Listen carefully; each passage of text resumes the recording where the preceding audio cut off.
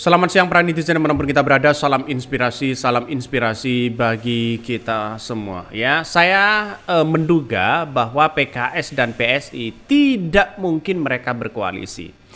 Catatan lama yang saya baca dan saya amati betul ya apa yang kemudian dilakukan oleh Grace Natali ya Ketua Umum PSI pada waktu itu. Mereka mengatakan dan menegaskan ya haram hukumnya ya berkoalisi dengan PKS. Nah ini kan apakah dengan pernyataan Grace Natali dulu dengan Gibran ini pasti ada kombinasinya begitu kan. Tidak mungkin antara PKS dan PSI ini disatukan atau berkoalisi di situ. Makanya kemarin Gibran bertemu dengan PKS, sinyal kuat ada koalisi di situ. Tapi pada kenyataannya saya menganggap bahwa ya jangan-jangan Kaisang ya ngemis koalisi dengan PKS akibat mungkin ditolak oleh Partai Gerindra. Apakah seperti itu? Nah, ini yang kita lihat hari ini bahwa saya kira bahkan apa yang kemudian dilakukan oleh PSI hari ini banyak kemajuan di sisi mereka untuk mengambil hati masyarakat Indonesia. Salah satunya dengan PSI agar tidak tercipta bahwa orang-orang PKS agar tidak orang-orang yang kemudian berkoalisi dengan PKS dianggap semuanya adalah sama. Artinya partai PSI membutuhkan PKS, PKS membutuhkan PSI. Tapi kalau rekam jejak dulu seperti Grace Natali begitu kan, mereka sampai kapanpun begitu kan, tidak mungkin mendukung Anies Baswedan dan tidak mungkin berkoalisi dengan PKS. Ya, bagaimana tidak sakit ya, pernyataan dari Ketua Umum pada waktu itu dengan pernyataan Gibran hari ini begitu kan. Makanya saya sampai hari ini masih melihat nuansa-nuansa yang ada, apakah mereka tetap bersikukuh keras begitu. Di kabarnya, ini hanya kabarnya, posisi pada Agustus ini Anies Baswedan dengan Kaisang, kabarnya begitu kan. Ya, wallahualam kita lihat saja. Kalau memang benar PKS berkoalisi dengan PSI, jelas di situ ada nuansa-nuansa kepentingan yang kemudian mereka lakukan begitu kan. Ya. Bahkan ini salah satunya, saya ingin mempertegas pernyataan Sekjen PSI beberapa hari lalu bahwa PSI tidak akan pernah berkoalisi dengan PKS di semua pemilihan umum kepala daerah. Ya katanya ya kalau di semua kepala daerah, lihat saja di negara-negara di daerah-daerah yang lain. PKS dengan PSI mereka mesra kok begitu kan. Jadi artinya apa? Artinya bahwa apa yang kemudian ya kultur dan budaya antara PSI dengan PKS ini berbeda di situ. Kenapa harus dipaksakan berkoalisi? Ya akibatnya kalau mereka tidak berkoalisi mereka akan ketinggalan. Seperti yang dilakukan Gibran seolah-olah ngemis pada PKS.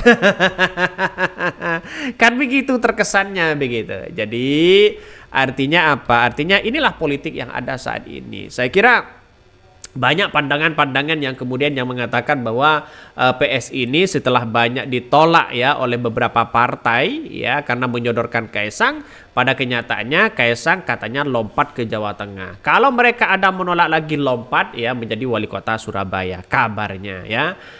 Bahkan ada yang mengatakan ini ya lah terus lebih baik percaya sama batu dikali ya daripada percaya omongannya PSI. Ini komentar dari netizen.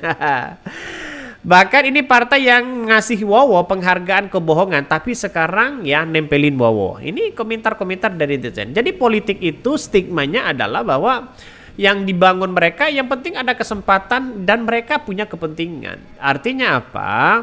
Artinya secara tidak langsung bahwa inilah politik yang ada. Jadi jangan heran kalau mereka PKS dengan PSI mereka berseteru misalnya dulu begitu kan. Tapi sekarang ingin berkoalisi, jangan heran. Itu adalah partai. Kelakuan-kelakuan partai ya sama dengan itu begitu kan. Sekarang menjadi lawan, besok menjadi kawan. Ya besok menjadi kawan, sekarang menjadi lawan. Akibatnya apa? Akibatnya pemikiran-pemikiran masyarakat di situ yang kemudian bergejolak. Yang pendukung fanatiknya si PKS menolak, ya yang fanatiknya PSI mereka menolak. Akibatnya masyarakat yang dibenturkan dengan soal ini. Tapi pada kenyataannya partai-partai yang di atas mereka asik-asik aja kok, santai-santai aja mereka. Hanya di media sosial sebagai dramaturgi di situ begitu kan.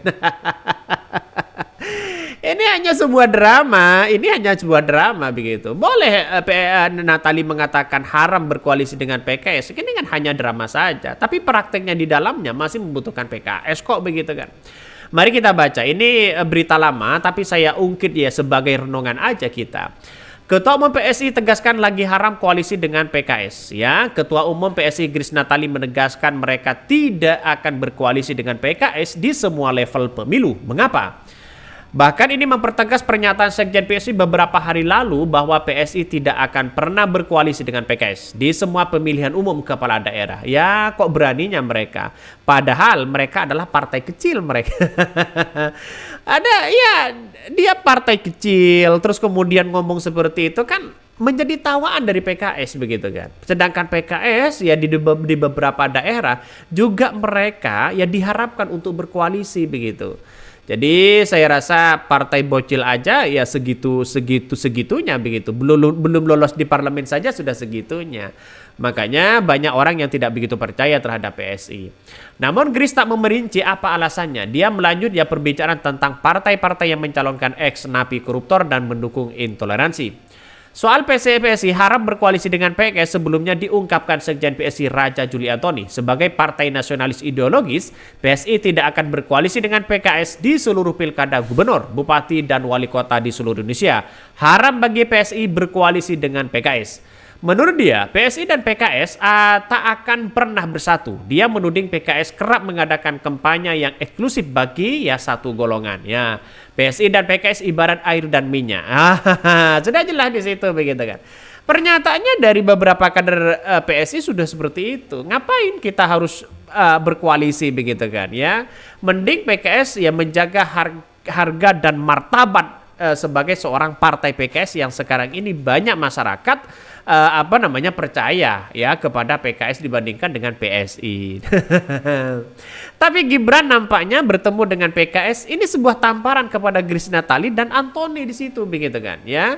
Jadi saya kira hal-hal seperti itu tidak perlulah. Ini politik kita. Artinya partai itu jangan terlalu fanatik terhadap partai yang lain begitu. Sama aja mereka kalau tidak punya kesempatan mereka akan ngemis ke partai yang lain untuk bisa berkoalisi dan sebagainya. Ini pertanda menurut saya pribadi ya itu aja mereka. Makanya saya katakan kalau Kaisang berkoalisi dengan PKS ini menjadi tamparan keras kepada Grace Natali, ya menjadi tamparan keras kepada kader-kader yang lain yang menyatakan bahwa haram hukumnya PSI berkoalisi dengan PKS. Ini kan kena juga mereka. Artinya mungkin ya Kaisang tidak tahu terhadap pernyataan si Grace Natali di situ begitu. Pernyataan dari kader-kader PSI begitu kan. 2017 kurang apa? Anies Baswedan dikritik habis-habisan, santai-santai aja mereka. Tapi pada kenyataannya sekarang ya bagaimana jadinya kalau Anies Baswedan diduetkan dengan Kaisang? Nah, itu pertanyaan bagus di situ begitu. Ya, satu sisi pendukung Anies Baswedan tidak mau, ya satu sisi pendukung Kaisang juga tidak mau. Padahal mereka partai kecil begitu. Mungkin itu yang kami sampaikan ya, tonton terus channel Hodari Podcast Rakyat ini. Jangan lupa di subscribe channel YouTube Hodari Podcast Rakyat ini.